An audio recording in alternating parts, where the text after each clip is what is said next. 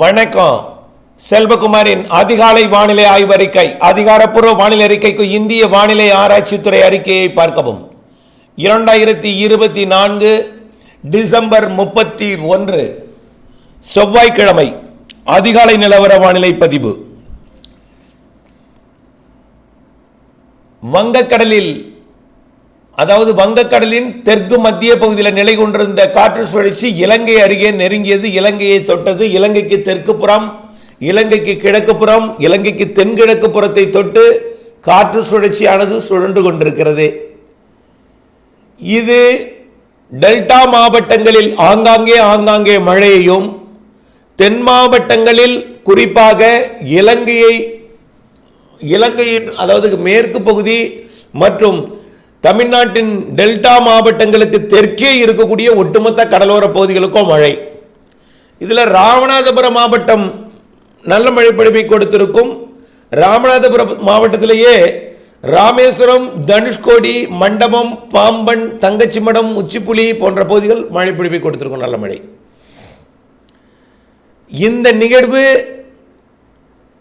மழைப்பொழிவானது ரேடாரில் காட்டப்படாது. காரணம் என்னன்னா, பெரிதாக காட்டப்படாது. நேற்றைக்கு உடுமலைப்பேட்டையில் பெய்த மழை கூட ரேடாரில் காட்டப்படவில்லை. காரணம் என்னன்னா, இந்த காற்று சுழற்சி மிக தாழ்வாக 1.5 கிலோமீட்டர் உயரம்தான், அதாவது 1500 மீட்டர் உயரத்தில் மட்டுமே இருக்கிறது. அதுக்கு மேலே கிடையாது. இந்த கீழடுக்கு சுழற்சி உடனடியாக மேகத்தை உற்பத்தி செய்யும். உடனடியாக மழை பெஞ்சிடும்.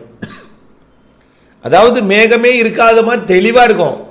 திடீர் ஒரு மேகம் வரும் கீழடுக்கில். திடீர் மேகம் உற்பத்தி கூட மேகம் இல்லாத நேரத்தில் கூட உங்களுக்கு அது மழையாக தெரியும். மேகமாக மாறுவதற்குள் மழையாக மாறிவிடும். ஆக எல்லாமே இன்ஸ்டன்ட். மழை பொழிவானது இப்படித்தான் நேற்றைக்கு கொடுத்து கொண்டிருந்தது. இன்றைக்கு மழை வாய்ப்பு எங்கே இருக்கிறது என்பதை பார்ப்போம். இன்றைக்கு 31ஆம் தேதி நம்பர் 1 இடம் பிடிக்கும்னு பார்த்தீங்கன்னா, அது ராமநாதபுரம் மாவட்டம், ராமேஸ்வரம் மற்றும் ராமநாதபுரம் மாவட்டத்தோட தெற்கு கடலோர பகுதி, தூத்துக்குடி மாவட்ட பகுதி மற்றும் திருநெல்வேலி மாவட்ட கடலோர பகுதி, கன்னியாகுமரி பகுதி, கன்னியாகுமரியோட வங்க கடலோர பகுதி. இதான் முதலிடம் பிடிக்கும்.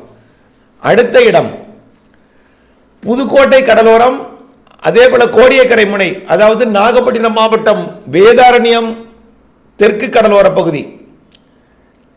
அது வேதாரண்யம் ஒன்றியம் ஒட்டுமொத்தமே எடுத்துக்கலாம். வேதாரண்யம் ஒன்றியம், முத்துப்பேட்டை ஒன்றியம், சேதுபாபச்சத்திர ஒன்றியம், பேராவூரணி மற்றும் மதுக்கூர் தெற்கு பகுதி, மேலும் கோட்டூர் ஒன்றியத்தோட தெற்கு பகுதி, அப்படியே புதுக்கோட்டை மாவட்ட கடலோர பகுதி, ராமநாதபுரம் மாவட்ட கடலோர பகுதி, அப்படியே தூத்துக்குடி மாவட்டம், திருநெல்வேலி மாவட்டம், கன்னியாகுமரி மாவட்டம், தூத்துக்குடி, திருநெல்வேலி, கன்னியாகுமரி, விருதுநகர் மாவட்டத்தோட திருச்சுழி, அருப்புக்கோட்டை போன்ற பகுதிகள். தூத்துக்குடி, விருதுநகர் கிழக்கு ஓரம், கிழக்கு பகுதி, ராமநாதபுரம், புதுக்கோட்டை, சிவகங்கை மாவட்டத்திற்கும் கிழக்கு பகுதி, அதாவது காளையார் கோவில், சிவகங்கை, இந்த கிழக்கு பகுதி, மதுரை மாவட்ட எல்லையோரம் இல்லை, ராமநாதபுரம் மாவட்ட எல்லையோரம், இந்த பகுதிக்கு மழை வாய்ப்பு இருக்கிறது. அடுத்த இடம் அது சற்று கனமழை இருக்கும். அடுத்த இடம் நாகப்பட்டினம் மாவட்டம் வடக்கு பகுதி, காரைக்கால், திருவாரூர் மாவட்டத்தின் மத்திய பகுதி, தஞ்சாவூர் மாவட்டத்தின் மத்திய பகுதி, புதுக்கோட்டை மாவட்டத்தின் உள்பகுதி, சிவகங்கை மாவட்டத்தோட மேற்கு பகுதி, மதுரை மாவட்ட பகுதி, விருதுநகர் மாவட்ட மத்திய பகுதி, மேலும் திருநெல்வேலி, தென்காசி மாவட்டம், அவ்வளவு வரைக்கும் இது சற்று கனமழை வாய்ப்பு இருக்கிறது. ஆங்காங்கே அவ்வப்பொழுது புரியுதுங்களா? ரைட். இன்றைக்கு ஒரு நாள் மட்டும் இப்போ அறிவிக்கப்படுற இடங்கள், இன்றைக்கு ஒரு நாள் மட்டும் இப்போ அறிவிக்கப்பட்டது இதுவரைக்கும், நாளை அதிகாலை வரைக்கும். இன்றைக்கு ஒரு நாள் மதிய மாலை வரைக்கும் எங்கே மழை எதிர்பார்க்கலாம்னு பார்த்தீங்கன்னா, மயிலாடுதுறை, காரைக்கால் மற்றும் அப்படியே திருவாரூர் மாவட்டம் வடக்கு பகுதி, நாகப்பட்டினம் மாவட்டம் ஏற்கனவே சொல்லிட்டு நாளைக்கு மழை இருக்கும். ஆனால் கண்டிப்பாக கோடியக்கரை முனையில் இருக்கும். இன்றைக்கு மாலை வரை மழை எதிர்பார்க்கக்கூடிய இடம் மயிலாடுதுறை, திருவாரூர் மாவட்ட வடக்கு பகுதி, தஞ்சாவூர் மாவட்ட வடக்கு பகுதி, திருச்சி மாவட்ட பகுதி, அரியலூர் மாவட்டம், கடலூர் மாவட்டத்தோட தெற்கு பகுதி, சிதம்பரம், பிச்சாவரம், முடசல் ஓடை அந்த பகுதி, சின்னக்காரமேடு இந்த பகுதி, மேலும் அப்படியே முட்டம், அதாவது மணல் மேட்டை ஒட்டியிருக்கூடிய முட்டம் மற்றும் காட்டு மன்னார் கோவில், அப்படியே அரியலூர் மாவட்டத்தில் ஒட்டியிருக்கூடிய அதாவது மீன் சுருட்டி, கங்கை கொண்ட சோழபுரம், ஜெயங்கொண்டம், அப்படியே பழூர், பழூர், அப்படியே இந்த பக்கம் திருச்சி மாவட்டத்தோட அன்பில், பெரம்பலூர் மாவட்டத்தோட தெற்கு ஓரம், திருச்சி மாவட்டத்தோட கிழக்கு பகுதி, அப்படியே திருச்சி மாவட்டம் புதுக்கோட்டை மாவட்டத்தோட இணையும் பகுதி, புதுக்கோட்டை மேற்கு பகுதி, திண்டுக்கல் மாவட்டத்தோட கிழக்கு பகுதி மற்றும் கொடைக்கானல் மலைப்பகுதி, மதுரை மாவட்டம் மற்றும் தேனி மாவட்டத்தோட பகுதிகள் கொடைக்கானல் மலைப்பகுதி. அப்புறம் இது வரைக்கும் தான், இது வரைக்கும் இன்றைக்கு மாலை வரைக்கும் லேசான மழைக்கு வாய்ப்புண்டு. அவ்வப்பொழுது ஓரிரு முறை மட்டுமே லேசான மழை, நனைக்கும் மழை, லேசான மழை. புரியுதுங்களா? அடுத்தது இன்றைக்கு மாலை வரை மேலும் ஒரு தூறல் மழை, நனைக்கும் மழை எதிர்பார்க்கக்கூடிய இடம் பார்த்தீங்கன்னா கடலூர் மாவட்ட வடக்கு பகுதி, அரியலூர் பெரம்பலூர் மாவட்ட வடக்கு பகுதி, கடலூர் மாவட்ட உள்பகுதி, தெற்கு மேற்கு பகுதி, பெரம்பலூர் மாவட்டம் மற்றும் இந்த பாடலூர் உள்ளிட்ட பகுதிகள் மற்றும் அப்படியே திருச்சி மாவட்டத்தோட மாநகரம் மற்றும் திருச்சி மாநகரத்துக்கு சற்று வடக்கே, அதே போல கரூர் மாவட்டம் குளித்தலை, அப்படியே திண்டுக்கல் மாவட்டம் மற்றும் கரூர் மாவட்ட எல்லை பகுதி, திண்டுக்கல் மற்றும் திண்டுக்கலுக்கு கிழக்கே உள்ள பகுதிகள். அவ்வளவுதான். உடுமலைப்பேட்டை, பொள்ளாச்சி பகுதிகளுக்கு தூறலாம், நனைக்கலாம், சாரல் துளிகள் வரலாம். இதுதான் வாய்ப்பாங்க. ஓரிடங்களில் லேசாக நனைக்கலாம். அதுவும் நேற்றைய போல் இருக்காது. நேற்றை விட இன்றைக்கு வாய்ப்பு குறைவு.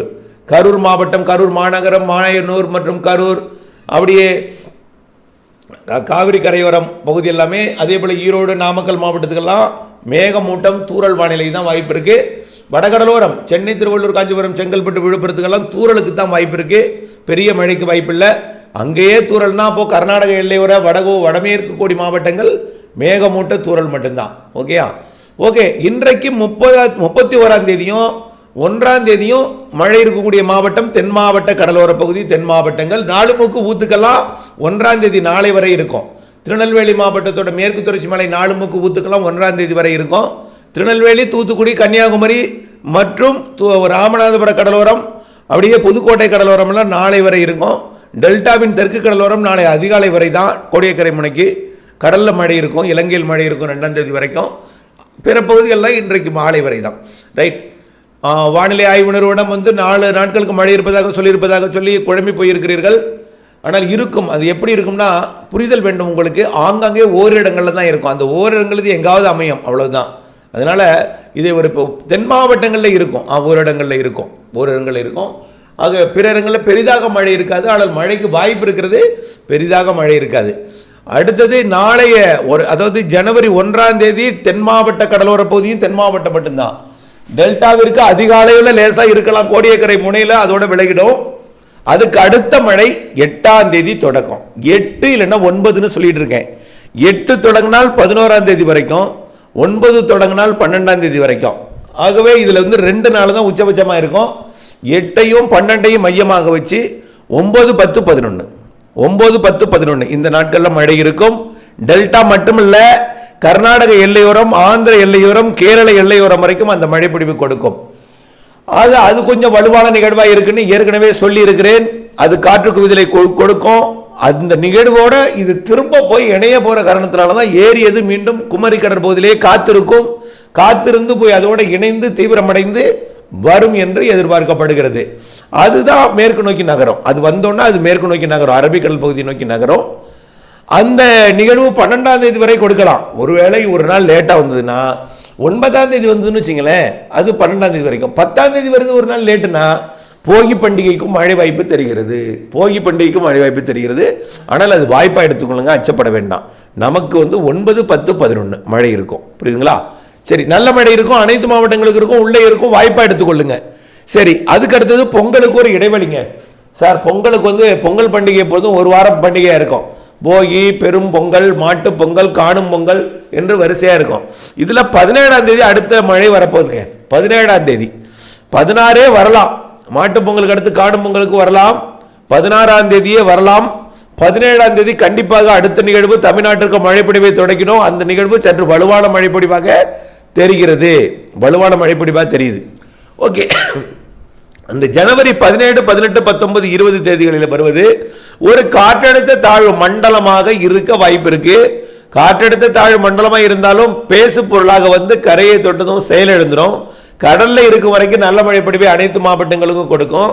கரை கடந்து ஒரு காற்றழுத்த தாழ்வு பகுதியாக போய் உள் மாவட்டங்கள் எல்லா மாவட்டங்களுக்கும் தென்னிந்தியாவிற்கே ஒரு மழைப்பிடிப்பை கொடுக்கும் போல் தெரிகிறது. ஏன்னா அந்த நேரத்தில் மேற்கத்திய இடையூறு அமைந்து கொண்டு இரு காற்று இணைவை ஏற்படுத்தி கொண்டு அதுவும் ஒரு தாழ்வு தான், இதுவும் ஒரு தாழ்வு தான், ரெண்டு தாழ்வு இணைப்பை ஏற்படுத்தி கொண்டு தென் மாநிலங்களுக்கே அந்த ஜனவரி 17 to 22 வரைக்கும் மழை வாய்ப்பு தெரிகிறது, தென் மாநிலங்களுக்கே தெரியுது.